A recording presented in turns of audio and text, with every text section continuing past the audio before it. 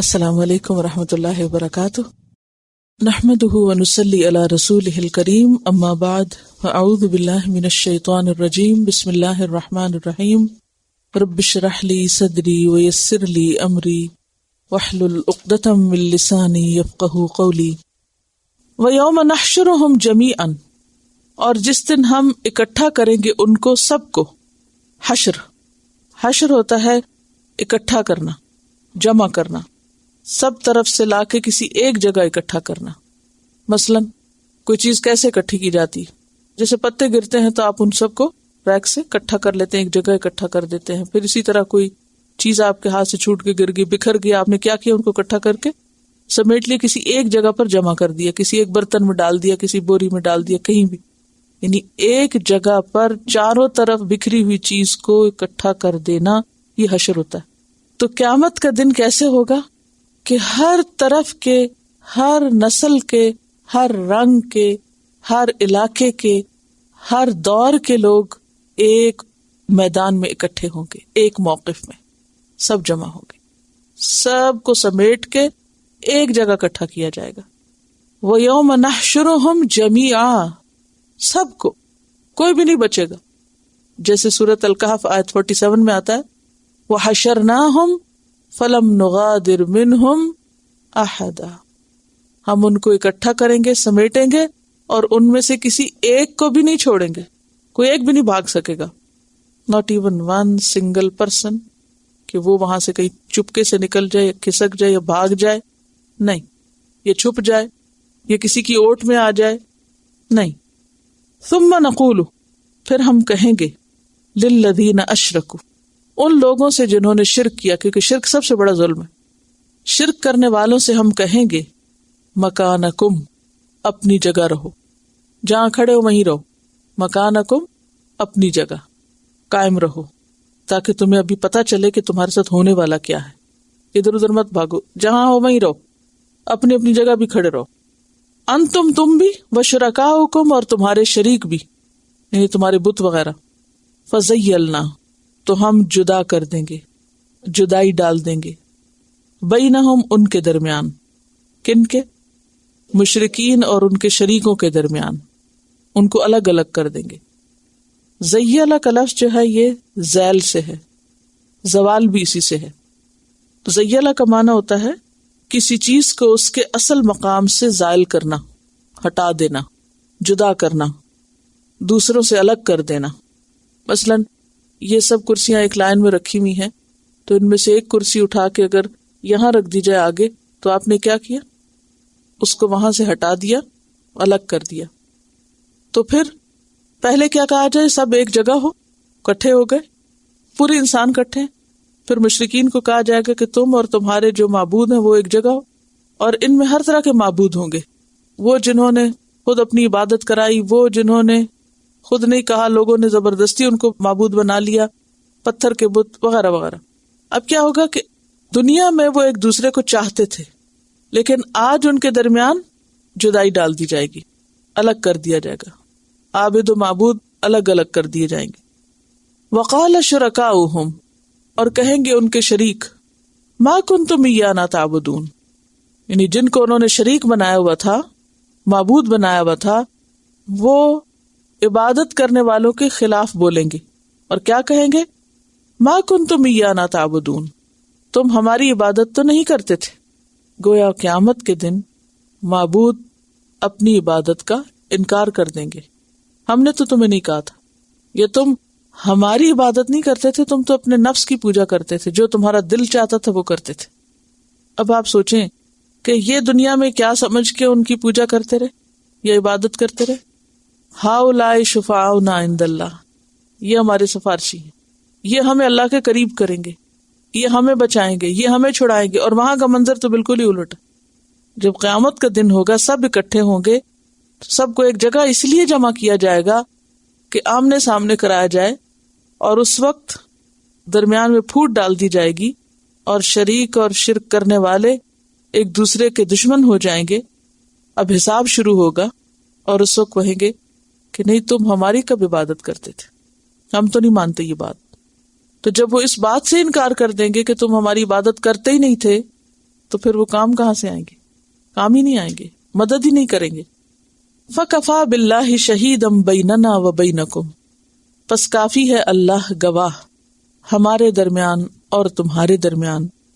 ان کننا عن عبادتکم لغافلین، ان بے شک ترجمہ کیوں کیا جا رہا ہے ان کا؟ لغافلین کے لام کی وجہ سے.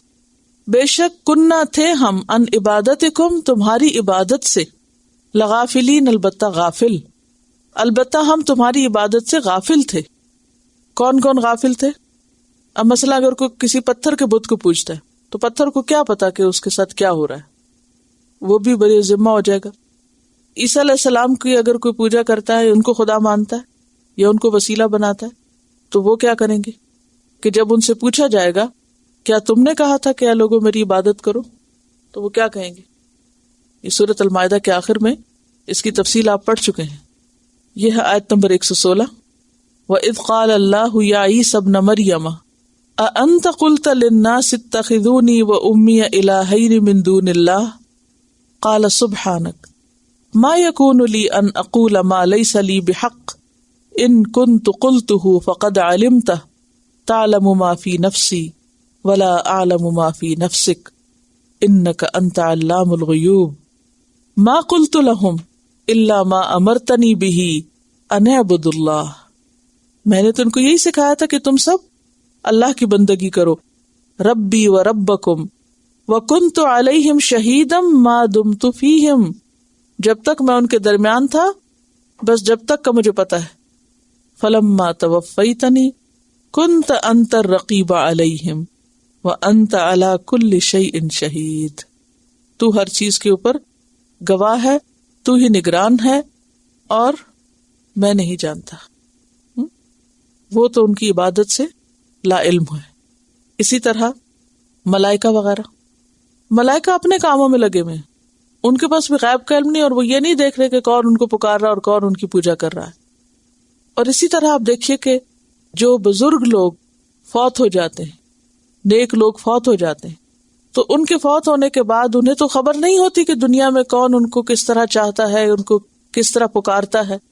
اگر کوئی کسی کی قبر پر بھی جائے اور اس سے دعائیں مانگے یا اس کو پکارے تو وہ تو پکار نہیں سنتے. تو قیامت کے دن تو کسی کام نہیں آئیں گے. وہ کہیں گے ان کننا عن عبادتکم لغافلین، ہمیں تو کچھ خبر نہیں کہ تم ہمیں کب پکارتے رہے، ہم اس کا اقرار ہی نہیں کرتے، اعتراف ہی نہیں کرتے. تو اب آپ خود سوچیں کہ ایسے لوگوں کا حال کیا ہوگا. دنیا میں انہوں نے اللہ کو نہیں پکارا، اللہ کی عبادت نہیں کی، ان کی ساری توجہ ایسے شریکوں اور معبودوں کی طرف رہی، اور قیامت کے دن وہ بھی دغا دے گئے، وہ بھی نہیں اپنے بنے. اب یہ کہاں کھڑے ہوں گے؟ نہ ادھر کے رہے نہ ادھر کے رہے، نہ خدا ہی ملا نہ وصال صنم. یہ ہے معنی، نہ خدا ہی ملا نہ وصال صنم. بتوں نے بھی بیزاری کر دی، معبودوں نے بھی لا تعلقی ظاہر کر دی، اور دوسری طرف اللہ تعالیٰ کی بھی ناراضگی مول لی. اس سے ہمیں کیا سبق ملتا ہے؟ اس آیت سے کیا بات سیکھنے کو ملتی ہے؟ اس سے توحید کا سبق ملتا ہے. اور اس آیت سے کیا فیلنگ آتی ہے؟ فَكَفَى بِاللَّهِ شَهِيدًا بَيْنَنَا وَبَيْنَكُمْ، وہ تو فوراً اللہ کو گواہ بنا لیں گے، جیسے مسیح علیہ السلام کیا کہیں گے؟ فَلَمَّا تَوَفَّيْتَنِي كُنْتَ أَنْتَ الرَّقِيبَ عَلَيْهِمْ، اور پھر وَأَنْتَ عَلَى كُلِّ شَيْءٍ شَهِيدٌ. تو اللہ ہی گواہ ہے اصل. اب دیکھیے کہ اس وقت بھی دنیا میں بہت شرک ہو رہا ہے. اتفاق کی بات ہے کہ یہ فائل آج میرے پاس رکھی ہوئی ہے. یہ کسی نے مجھے ایک کیلنڈر دیا تھا، اس کا نام ہے مینار کیلنڈر، ٹھیک ہے؟ اور آپ اندازہ کر سکتے ہیں کہ یہ کس چیز کا کیلنڈر ہے. اس میں عرس کی ڈیٹیل لکھی ہوئی ہے کہ مثلاً کس تاریخ کو کہاں عرس ہے، اور یہ سال کا نہیں ہے، صرف ایک مہینے کا ہے. یہ پورا کیلنڈر 1 فروری کے مہینے کا ہے، انڈیا کا ہے، انڈیا سے کسی نے لا کے دیا عرس کی انویٹیشن کا. اچھا، اب آپ دیکھیے کہ اس پر کیا لکھا ہوا ہے. اوپر لکھا ہوا وَمَن یشرک بِاللَّهِ فَقَدْ ضَلَّ ضَلَالًا بَعِیدًا. یہ کیا ہے کہ جس نے شرک کیا وہ بہت دور کی گمراہی میں نکل گیا. لیکن ساتھ ہی آپ دیکھیے کہ جو پہلی تاریخ کا عرس لکھا ہوا اجالے شاہ کا ہے. یہ نیپال کی ایک تصویر ہے جس میں بدھا کی پوجا ہو رہی ہے. یہ بدھا لکھا ہوا اوپر. اچھا اس لڑکے کو بدھا مانتے ہیں، اوکے. یہ لڑکا ان کے خیال میں ویسے ماننے کی بات نہیں ہے کہ کھائے پیے بغیر 6 ماہ سے زندہ، لہٰذا لوگوں نے اس کو بدھا مانا ہوا ہے اور اس کی پوجا ہوتی ہے. یہ ٹورانٹو اسٹار کی نیوز ہے، یہ تصویر اور یہ نیوز جو ہے. اب آپ دیکھیں کہ آج کے دور میں جب کہ کہتے ہیں کہ بہت روشنی اور بہت تعلیم ہے اور لوگ بڑی عقل استعمال کرتے ہیں، تو ایسی باتوں میں عقل کہاں جاتی ہے؟ سمجھ میں نہیں آتا کبھی کہ شیطان نے انسانوں کو کس قدر بہکایا ہوا ہے. اس میں آپ کو میں پڑھ کے سناؤں یہ عبارت کیا لکھی ہوئی. اس میں لکھا ہوا ہے کہ ایک بڑھیا کا بیٹا گم ہو گیا، 12 سال تک بہت تلاش کیا، اسے خبر نہ ملی. اس مدت کے بعد بھی لڑکا دیس واپس نہ ہوا تو شہر سے باہر تکیہ ہوتا ہے جیسے مزار ہوتا ہے نا ایک، اور ایک چھوٹے چھوٹے کمرے سے بنے ہوئے ہوتے اس کو تکیہ بولتے ہیں. ایک مرد خدا اپنی دھن میں مست و سجود رہتے تھے، ان سے جا ملی، بہت منت سماجت کی، لیکن وہ بزرگ اس بڑھیا پر توجہ نہ دی. مجھے سمجھ میں نہیں آتی کہ اس بڑھیا کو ان کے پاس جانے کی ضرورت کیا تھی. نہیں کیا بتایا کسی نے کہ وہ خدا ہیں یا ان کے ہاتھ میں کچھ ہے. اور پھر یہ جو لکھا ہے انہوں نے توجہ نہ دی، تو توجہ کا مطلب کیا ہے؟ کیا ان کے ہاتھ میں کوئی اختیار تھا کہ ان کی توجہ سے کوئی کام ہو جانا تھا؟ در سے مایوس ہو چکی تھی. در سے یعنی کس کا در تھا؟ یہ اس انسان کا جہاں وہ گئی تھی، کیونکہ وہ بزرگ نے توجہ نہیں دی. طے یہ کیا کہ یہاں حاضری دی جائے، شاید کبھی فقیر کی توجہ ہو جائے، یعنی اس در پہ بیٹھی رہوں شاید کسی وقت متوجہ ہو جائے.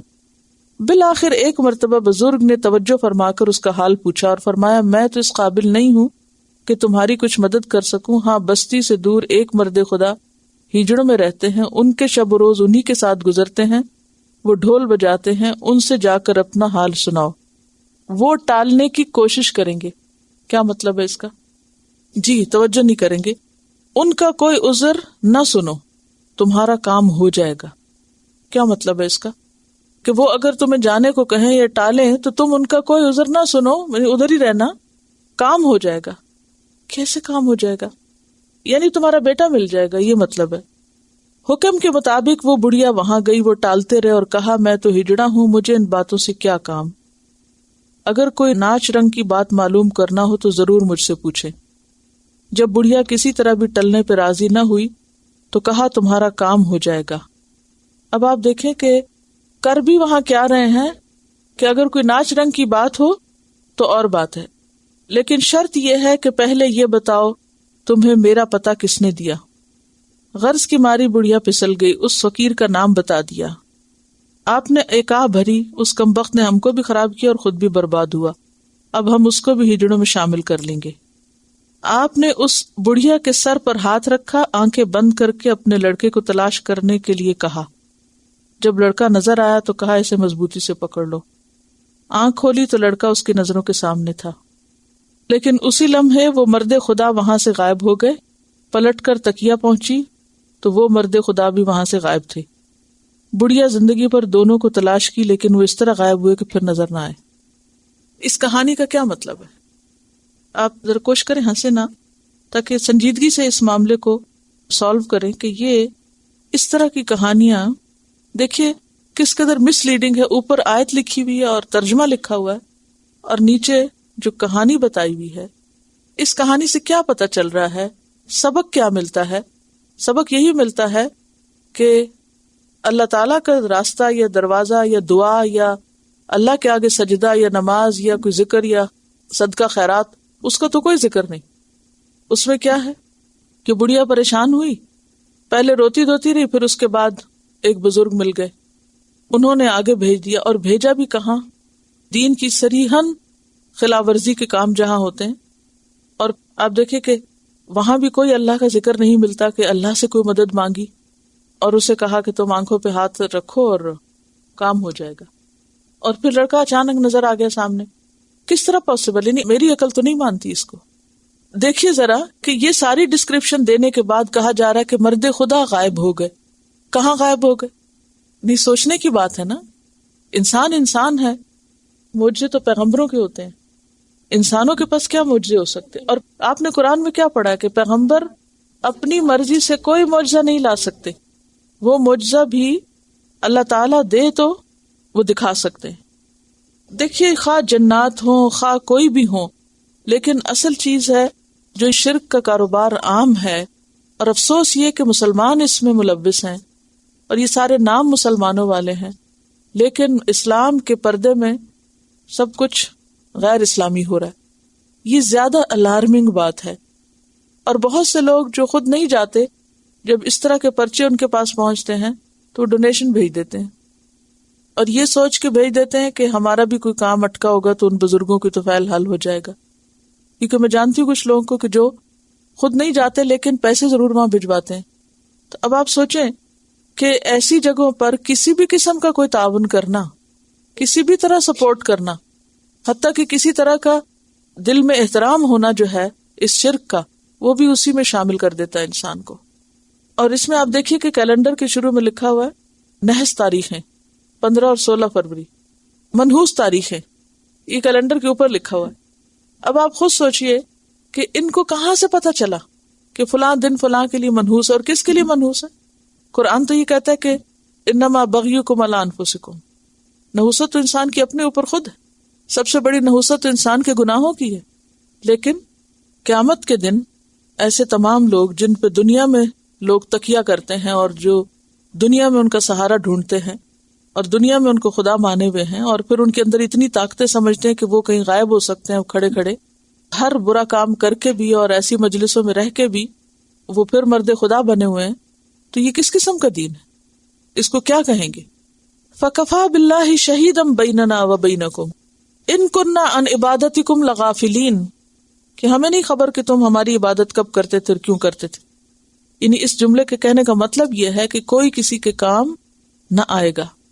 هُنَالِكَ تَبْلُو كُلُّ نَفْسٍ مَا أَسْلَفَتْ، هُنَالِكَ اسی جگہ، تب. هُنَالِكَ بیسیکلی ظرف زمان ہے، لیکن کبھی ظرف مکان کے طور پر بھی استعمال ہوتا ہے. پیچھے بھی پڑھ چکے ہیں آپ. هُنَالِكَ دَعَا زَكَرِيَّا رَبَّهُ، تو اس سے مراد کیا تھی؟ کیا ترجمہ کیا تھا؟ اسی جگہ.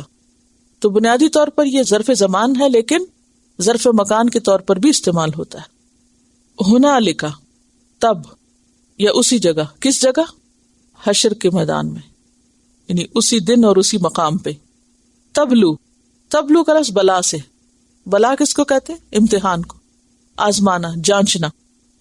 اسی جگہ یعنی حشر کے مقام پر، یعنی قیامت کے دن حشر کے مقام پر یا میدان میں آزما لے گا، جانچ لے گا، کل نفس، ہر شخص، یعنی ہر شخص یا ہر جان یہ جان لے گی، ما اسلفت، جو اس نے آگے بھیجا.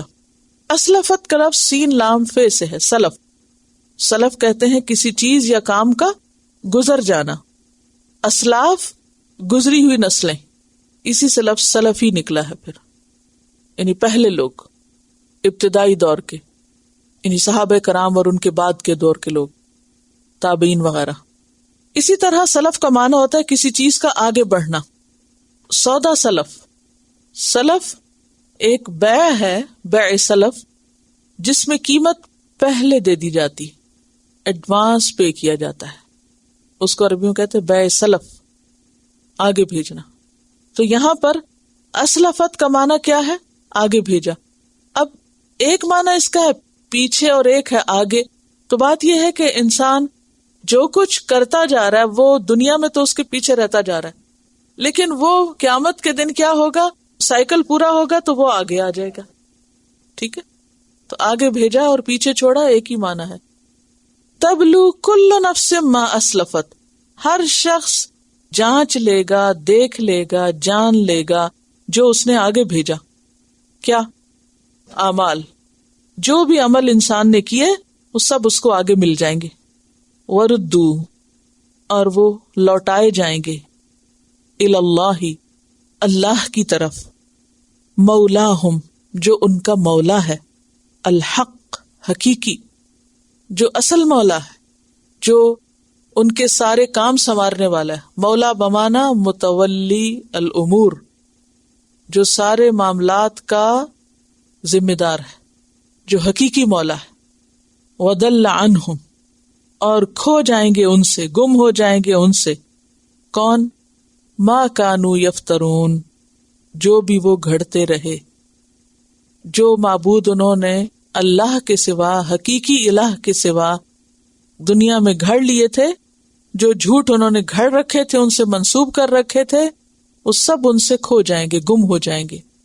کوئی بھی چیز ان کو کام نہ آئے گی, فائدہ نہ دے گی. بہت ہی سخت آیت ہے یہ. اب آپ دیکھیں, تھوڑا سا امیجنیشن سے کام لیجئے, تصور کیجئے کہ اتنا بڑا میدان ہے جس میں ساری مخلوق بیک وقت جمع ہے, اور اس میدان میں ہمیں بھی کھڑے ہونا ہے. اولین و آخرین کا مجمع ہے یہ, اس سے بڑی گیدرنگ کوئی نہیں. وہاں پر انسان ہوش و حواس کے ساتھ کھڑا ہوگا, اپنی سوا اسے کسی کی فکر نہ ہوگی. اور اپنی فکر کیا ہوگی کہ وہ لایا کیا ہے ساتھ, عمل کیا ہے اس کے پاس, کیونکہ اس دن انسان کو اس کا ہر اگلا پچھلا کیا کرایا بتا دیا جائے گا. یُنَبَّأُ الْإِنسَانُ يَوْمَئِذٍ بِمَا قَدَّمَ وَأَخَّرَ, سورۃ القیامہ آیت 13. بتا دیا جائے گا انسان اس دن جو اس نے آگے بھیجا اور جو پیچھے چھوڑا. آگے بھیجا یعنی آخرت کے لیے عمل کیے, اور پیچھے چھوڑا جو دنیا کے لیے کیے وہیں رہ گئے.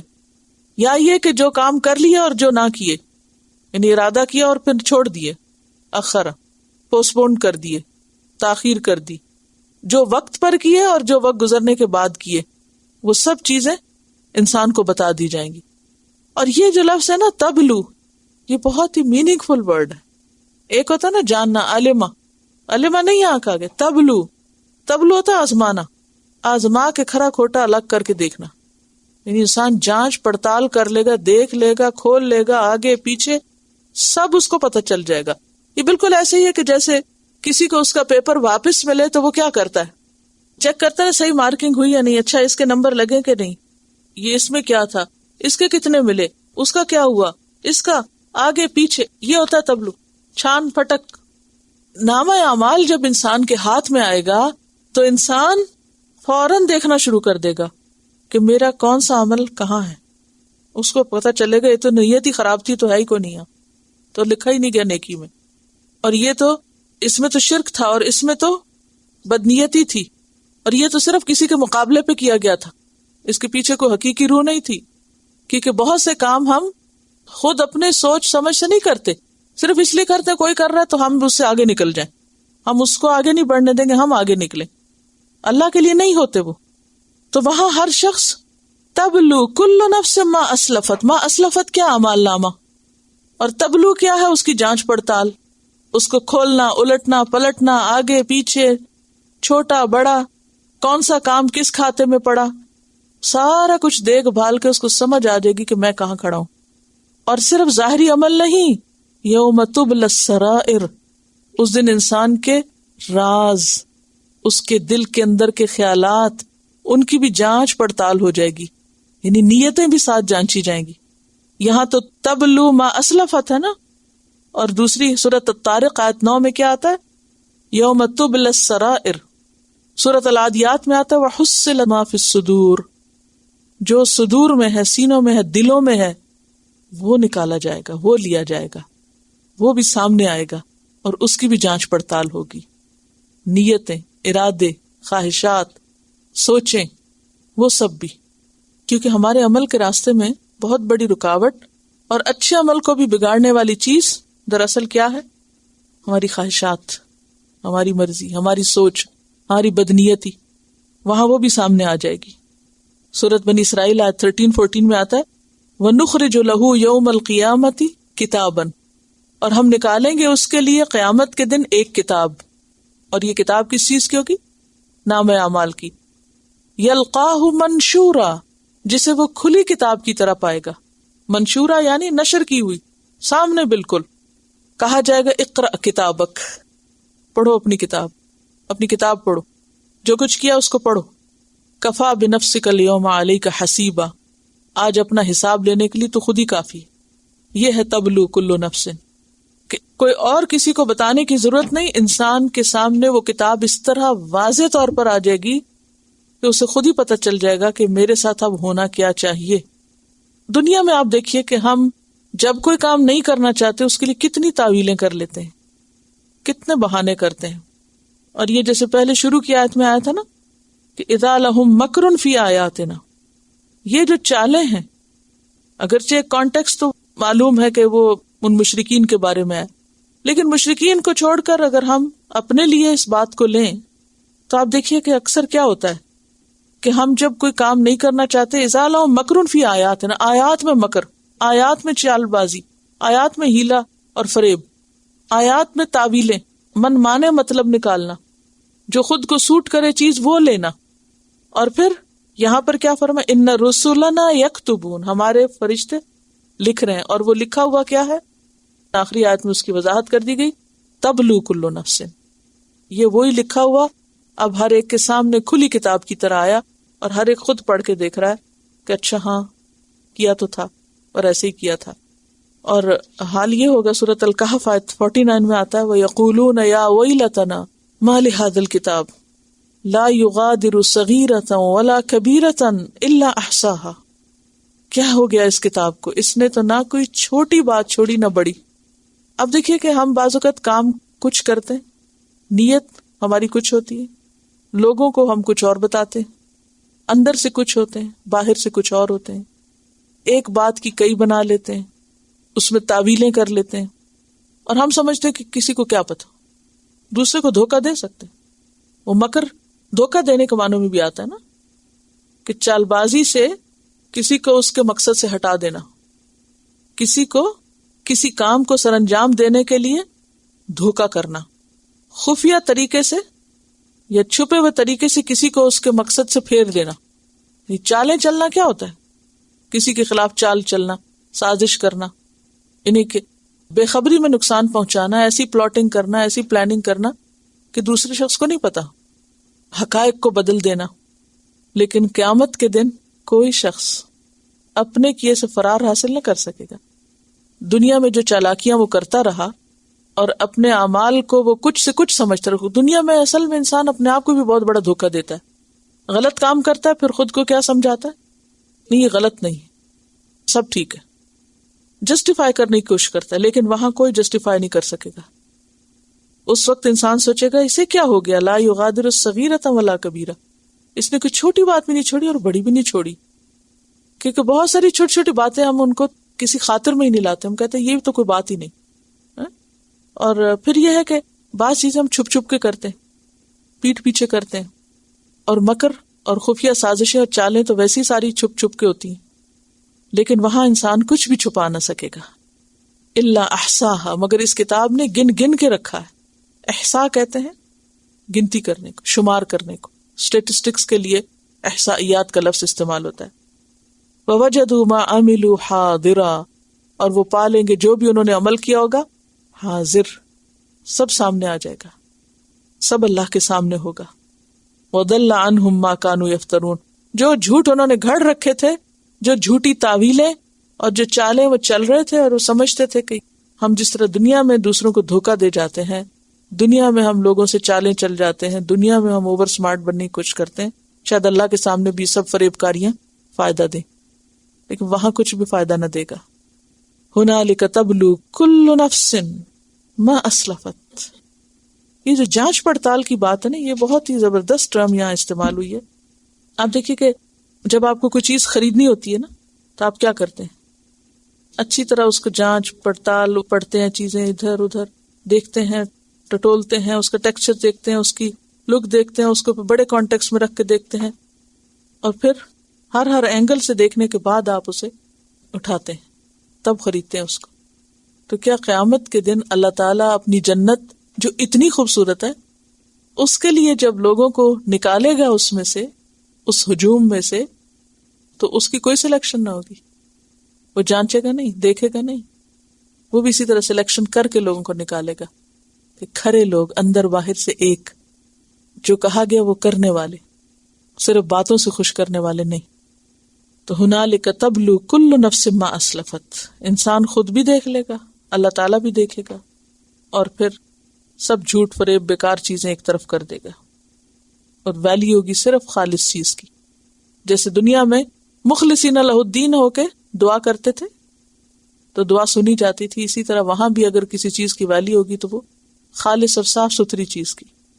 سب ردی بیکار اور ملاوٹ والی چیزیں جہنم کی نظر ہوں گی، خواہ وہ عقیدے میں ہو اور خواہ وہ عمل میں ہو. یہ جو یفترون کا لفظ ہے نا، یہ بہت ہی اہم لفظ ہے. ساری خرابی یہاں سے شروع ہوتی ہے جب ہم حقیقت کو ایک طرف رکھ کے جھوٹ پر چیزوں کی بنیاد بناتے ہیں. شرک جو ہے سراسر جھوٹ ہے، گھڑی ہوئی چیز ہے، من گھڑت چیز ہے. اسے بدعت کیا ہوتی ہے؟ من گھڑت چیز جو دین کے نام منسوب کرتے ہیں. اسی طرح اخلاق میں، عبادات میں، تمام چیزوں میں. اور ہر انسان کو اس کا اپنا اعمال نامہ تو دے دیا جائے گا، اور پھر اللہ جس کے لیے چاہے گا اسے چھپا دے گا اس کے عیب، اور وہ اس کے چھپائے گا جو دوسروں کے چھپاتا ہے دنیا میں.